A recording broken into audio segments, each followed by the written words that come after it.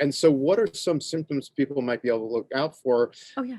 if they're experiencing estrogen dominance? Absolutely. So one of the biggest ones, I mean, if you're still cycling, is going to be heavy periods, fibrocystic breast or tender breast, especially close to your menstrual cycle in the luteal phase. Brain fog is going to be one.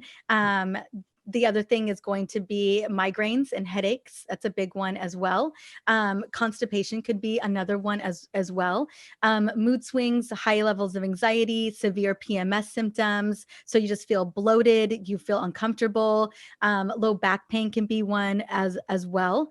But I would say the heavy bleeding, the migraines are the big ones, the fibrocystic breast, and just that discomfort when you're dealing with PMS symptoms in your period. Excellent. I imagine that resonated with a lot of people watching. Are there other things that could cause those same symptoms? Yeah, yes, anything that's messing with the liver. Oh, interesting. Okay. Yeah. So, whether you've got whether you've got too many, xenoestrogens, estrogen mimickers that are inside of the body, or you've got a liver bombarded with whether you have a couple extra glasses of wine at night, or you're dealing with too many toxins, you're dealing with medications, a burdened liver, which I think the majority of us have after the age of 30, can absolutely drive estrogen dominance as well. And so if you compound those things, right, you're using the sunscreens, you're using the conditioners, the lotions, all those things, and you got those 2 glasses of wine at night, and you're taking ibuprofen every other day because you've got migraines, that overburdening is gonna cause basically an inability for the liver to move through phase 1 and phase 2 liver detoxification. And then if you've got a gut issue where the estrobolome is being compromised, in the small intestine and the large intestine as well, then you've got a backup of your digestive system can't package up that estrogen, send it out the door, and now you've got a recirculation of estrogen as well, whichever the more compromises the liver. And so, yeah, add xenoestrogens, add some lotion and conditioner, and deodorant to the mix, and you definitely have a compounding amount of those symptoms that I mentioned. Amazing. Like a perfect horrible storm. Yeah. And so, yeah, I've had estrogen dominance multiple times. Yeah. And it's those you always know those tall tale signs. Like for me, it's always migraines. Like I get a migraine. I'm like, what's Yeah. going on? My boobs start to hurt. I'm like, okay. I mean, they're hurt right now because I'm breastfeeding, but when I'm not doing that. And then all of a sudden I get these really bad PMS like symptoms, like I'm getting more bloated, or I'm noticing my periods are getting heavier.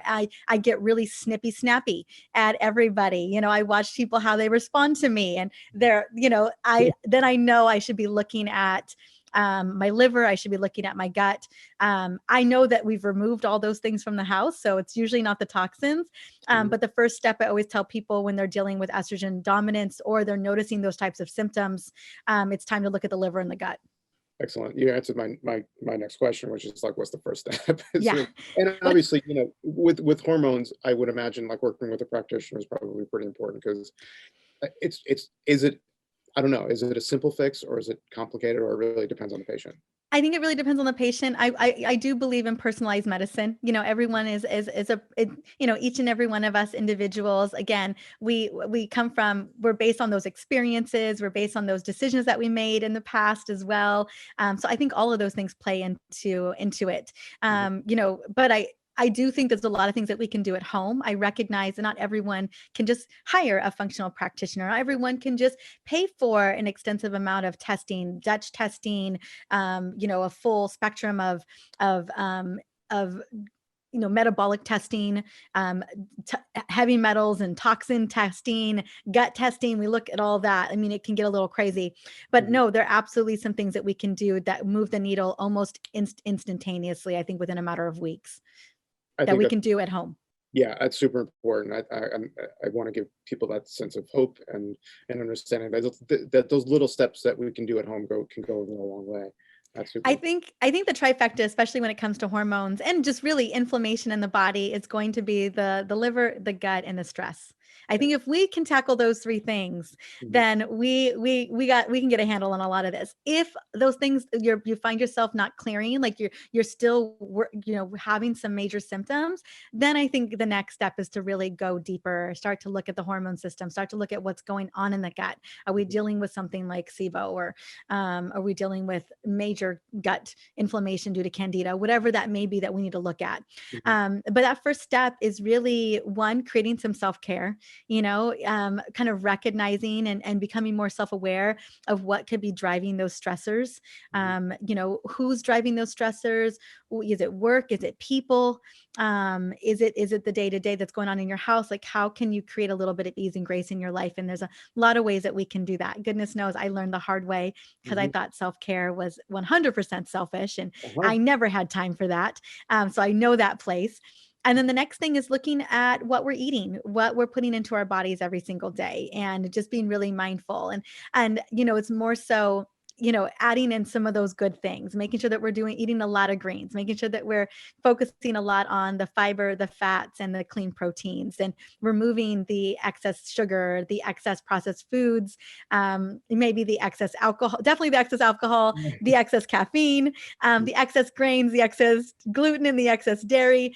I know it doesn't sound fun, but if we can just put those things aside for a hot minute, even a couple of weeks, 3 weeks, 2 weeks, we will start to see a massive shift in the way that we feel. We give our liver, we give our gut the opportunity to kind of reset, to take a moment, to take a breather, and we can see some major shifts there. So I think it's reducing that inflammation through what we eat.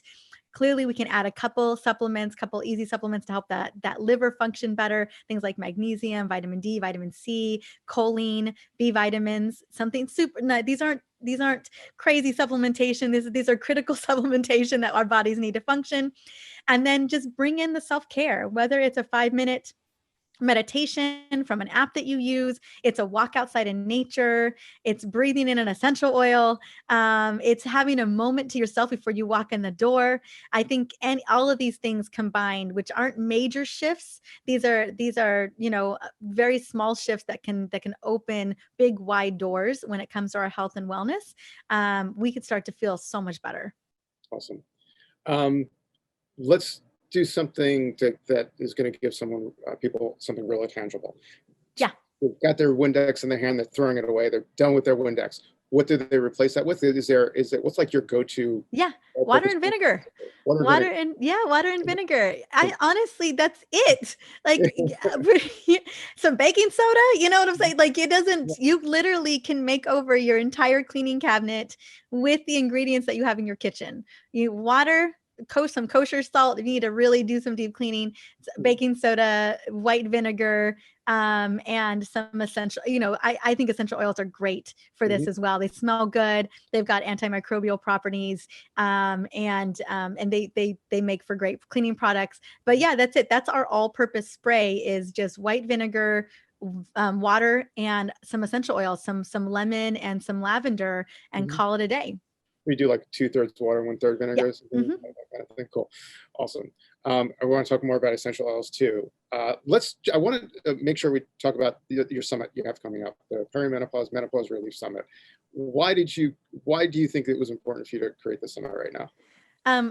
I think it's important to create the summit right now because I think right now women are really feeling it. I think it's particularly at this moment, I thought we already had a lot of plates. We found more plates. And I don't think we found them. I think they were put in our hands. And so I think right now more than ever, women are experiencing an unprecedented amount of stress, and especially during this time where our hormones are shifting and fluctuating, and we're not being given a lot of viable solutions for what is going on. We're not even told what is going on. There's so many myths, pervasive myths around perimenopause and menopause. A lot of women don't even know that there is a state of perimenopause that their body goes through before they get to menopause. There's a lot of misinformation. Most doctors will tell you they can't speak to either of them because it's not very clear, and they don't really understand what's going on with the woman's body. And I think that has a lot to do with just the way that we feel about women in the healthcare system over the many, many, many generations. And so, I was where I really, really found this to be this really came to be is I was on my book tour for my essential oils hormone solution book back in 2019, and I did a 15-city book tour, and it was incredible. I got to meet all these amazing women, but one of the question that came up over and over and over again is, as they had that book in their hand, they're like, is there anything for me in this book? And these were women in their mid to late 40s and their 50s, because they were like, there's nothing for me. No one's talking to me. No one's addressing me. Please tell me that you see me and that there's something in here for me. And there was, but it wasn't specific enough. And I remember in the middle of that tour, I wrote up the proposal for this new book because I wanted women to see themselves in it. I wanted women to know that they were being spoken to, whether we're talking about inflammation and root causes, if it was a kind of the bigger picture. I still wanted women to know that they were being seen, they were heard, and that there were viable solutions specifically for them. And that's kind of where this book came to be. And that's why the summit came to be as well, is I wanted to speak to other incredible doctors and experts like yourself, and just speak into what was really going on, and know that women could come to this and that it was for them specifically. I wanted to be able to bring these experts in and really paint the picture for what is really possible for women who are navigating so much and trying to figure out what's going on with their health at the same time. First of all, I love your passion and your empathy and your compassion for this. It's amazing. We need more people like you in this phase. For women watching and they're wondering if they've even gone into perimenopause, I think you're right. Not a lot of people talk about it. How does someone know that they're actually going into perimenopause? It's not Absolutely. Like, 40, now it's time. It's not like that, is it? No, not at all. And it can start a little bit earlier for women. We know that things start to shift as early as 35 years old, give or take. I don't think any 35-year-old wants to hear that they're going into perimenopause. But that's when our bodies begin to shift. We start to look at, basically perimenopause is that transition of where we are in full childbearing years, where we, our reproductive system, our ovaries, every single month are cycling for the main event, ovulation, so that we can get pregnant. Our bodies can make a baby. And as we turn 35 to 40, things begin to shift. We start to see a decrease in progesterone levels, because progesterone is the hormone. I feel like it's the taken for granted hormone. She does so many things for us, and we just put her aside. The queen estrogen gets all the love, but progesterone is the hormone that maintains pregnancy and really sets us up for pregnancy as well. That's the hormone that rises in our luteal phase, and progesterone only happens when we ovulate. So we got that main event, that corpus luteum releases progesterone, and we're off to the races. And the body, either we're maintaining a pregnancy or we're not pregnant, right? And so at around 35, 36, 37, we start to see a slight decline in progesterone levels. And this could be for a couple of different reasons. It could be from stress. It could be from inflammation, gut issues, but also just kind of the body. There's a knowing that things are kind of slowing down. Now, what we'll notice in that phase is we'll start to notice maybe our periods are a little less inconsistent. We'll notice that maybe they're a little bit shorter, but really PMS symptoms like mood swings and bloating, we'll just notice some of those things. And maybe we're feeling a little bit more tired. Maybe those burpees aren't as easy as they used to be. I remember being 35 and those burpees not being as easy as they used to be. And just these subtle changes begin to happen. Then as we kind of navigate into our early 40s, we start to really kind of notice some things. Definitely our cycle is shorter. Definitely the PMS symptoms are a little bit more. We're noticing a little bit more brain fog, and we're just noticing a little less resilience in terms of our energy levels. And then so I always say that there's two different phases of perimenopause, kind of our 30s, early 40s. And then as we ramp up closer to menopause, perimenopause begins to feel like menopause.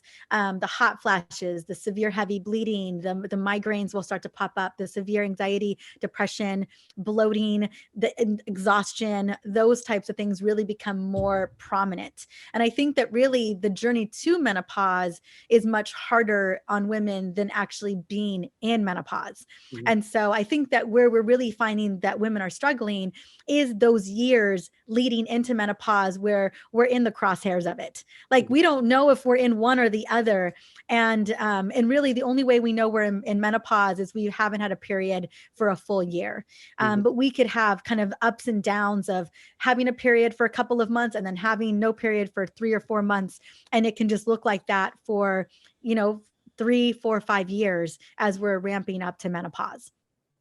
Let me ask you this. Yeah. For the 3 guys who are still maybe watching this at the end of this, what can men do to help support women through that? Absolutely. I think the biggest question, the biggest thing for men to do is always ask the women in their lives, like, what can I do to serve you right now? I know that you're going through something. I know I don't understand it 100%, but what can I do to support you right now? And just having a lot of grace. There are definitely times where it feels like my body is running the show. That I don't have control over it. I think about myself in postpartum, and there were moments where I was just crying for days on end because my hormones took a massive nosedive, and there was kind of this major roller coaster that was happening there. And so there are definitely going to be days where because of the roller coaster, where estrogen is literally the highest it's ever been one day, and then a week later it's the lowest it's ever been that day. And although we can reduce the amount of inflammation, we can do a lot of things to support our body through this. That roller coaster is happening whether we like it or not. That's just that's the process of perimenopause into menopause. And so having grace, having empathy, and asking what they can do to support. I mean, my husband is, there's a dedication in this new book that says, my husband knows hormones almost as well as I do because we live in this world. I talk about it all the time. This poor man is constantly inundated with hormone content and information, and he has so much grace for me. And he knows when my cycles come in just as much as I know when my cycles coming. And there's just a lot of support and that's my favorite question my husband asks me is, what can I do for you right now? That just feels so good to know that I'm fully supported in all areas of my life. Awesome. And for the 3 guys who are left watching this, good job. You're my people. That's awesome. And I know you're going to go way deeper into this during your summit. You've got over 30 experts, I think, right? Yeah, 37. 37. We cover it all. We get into the toxins, we get into the gut, we get into the brain fog, all of it. I mean, we get into insulin, metabolism. I mean, every facet of what is happening in women in this phase, we cover it. So women can absolutely choose like that is what I need right now. And I know that they're going to feel fully supported because as an interviewer, I've been there, and I've watched my mama be there, and I've helped so many women navigate. Like I know what that struggle is, and I know what I was wanting at the time. I always think about when I'm interviewing, what was a 30-year-old, chronic fatigued, hormonal hot mess Mariza looking for? What was she desperate for when she was going through that? And no one had answers for her. What is it that she needed at the time? And that is oftentimes how I'm interviewing people from that place. Again, having that empathy for the viewer is so super important. And that's how I know it's going to be an amazing summit. And as the title alludes to, it's about relief, it's about hope, it's about solutions. And I love that. And if people want to learn more about that, there'll be a link or a button right below this video where they can go sign up for that. Amazing. Let's do a couple of rapid fire questions. Sure. Your favorite 2 or 3 essential oils for relieving stress? Jasmine and bergamot. So jasmine is the oil of love and just self-love, and bergamot is the oil of self-acceptance. Awesome. And both oils are great for reducing serum cortisol levels when you breathe them in. Awesome. So you breathe them in. Is there a reason you would use them topically for stress or anxiety relief? Yeah, sure. I mean, I wear jasmine on my wrist all the time. One, it's edible and delectable. And but you can smell you every time you just smell it and whiff it, it Mhm, immediately, especially like if it's the oil for you, and mhm, not only does it have the chemical constituents, but also every time you just smell that floral scent, it creates a sense of ease in the mhm. brain. To me, it's a I know these are rapid fire. It's a safety signal that sends to the brain that says everything's okay. Oh, okay. I Awesome. love that, And because we send too many other signals to the that's for brain. sure. That's for sure. And did you, just to make sure people are using it correctly, if you're putting it on your skin, do you need to like a carrier oil or anything like that? And what do you Yes, recommend? so you always want to have a carrier oil with that. I love to have just a pre-made roller, 10 mil roller, probably 10 drops of jasmine or bergamot. Bergamot is also photosensitive. It's the most photosensitive, so it can burn. So I do not recommend bergamot topically if you're going outside, Yeah, but diffusing it is phenomenal. awesome. So I think just diffusing is great, or wear it on a little pendant or something like that. Love it.